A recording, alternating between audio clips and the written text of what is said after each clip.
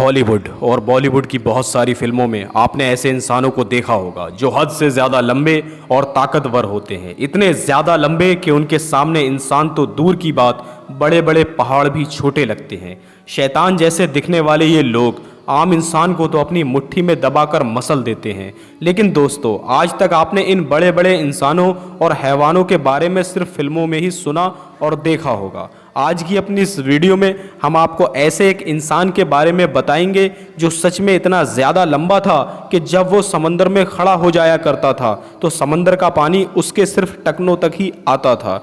उसके बारे में ये बात भी काफ़ी मशहूर है कि वो इतना लंबा था कि समुद्र में खड़े होकर अपने हाथ से ही मछली निकालकर अपने हाथ को सूरज के नज़दीक ले जाकर सूरज की गर्मी से मछली को भूनकर खा लिया करता था। जी हाँ, मैं बात कर रहा हूँ इतिहास के सबसे लंबे इंसान औज बिन अनक के बारे में। औज बिन अनक इतिहास का सबसे लंबा इंसान तो था ही, साथ ही इसने 3500 साल यानी ये 3500 साल तक जिंदा रहा। ये हज़रत आदम अलैहिस्सलाम के वक्त से लेकर हज़रत मूसा अलैहिस्सलाम के वक्त तक जिंदा रहा था।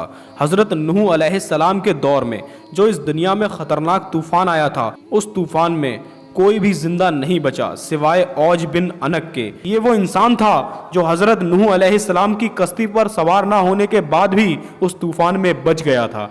यानी ये इंसान इतना लंबा था कि पूरी दुनिया को डुबा देने वाला तूफान इसको नहीं डुबा पाया था।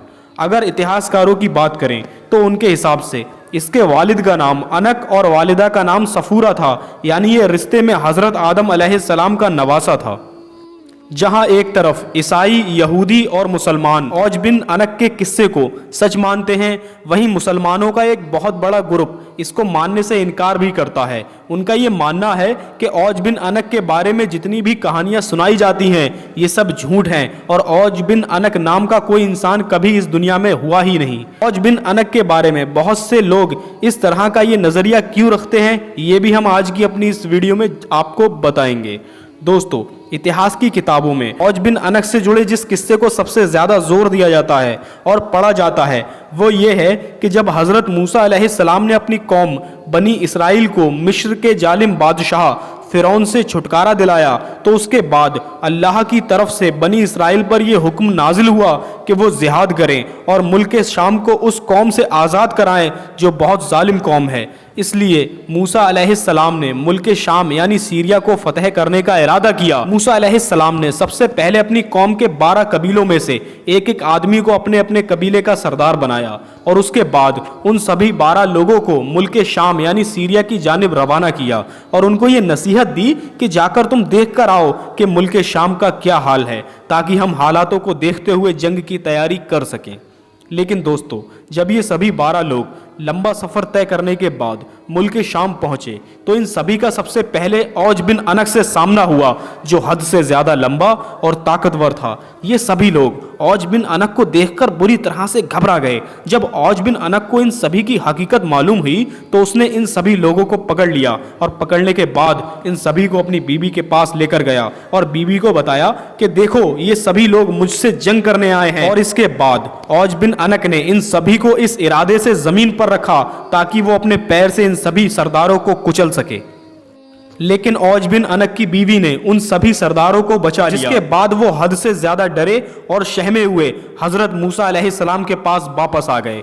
वापस आकर उन सरदारों ने मुल्क शाम की उस कौम के बारे में हज़रत मूसा अलैहिस्सलाम को बताया कि वो हद से ज़्यादा ताकतवर और ख़तरनाक है। इसके अलावा लोगों ने ये भी बताया कि वहाँ के फल भी बहुत बहुत बड़े हैं।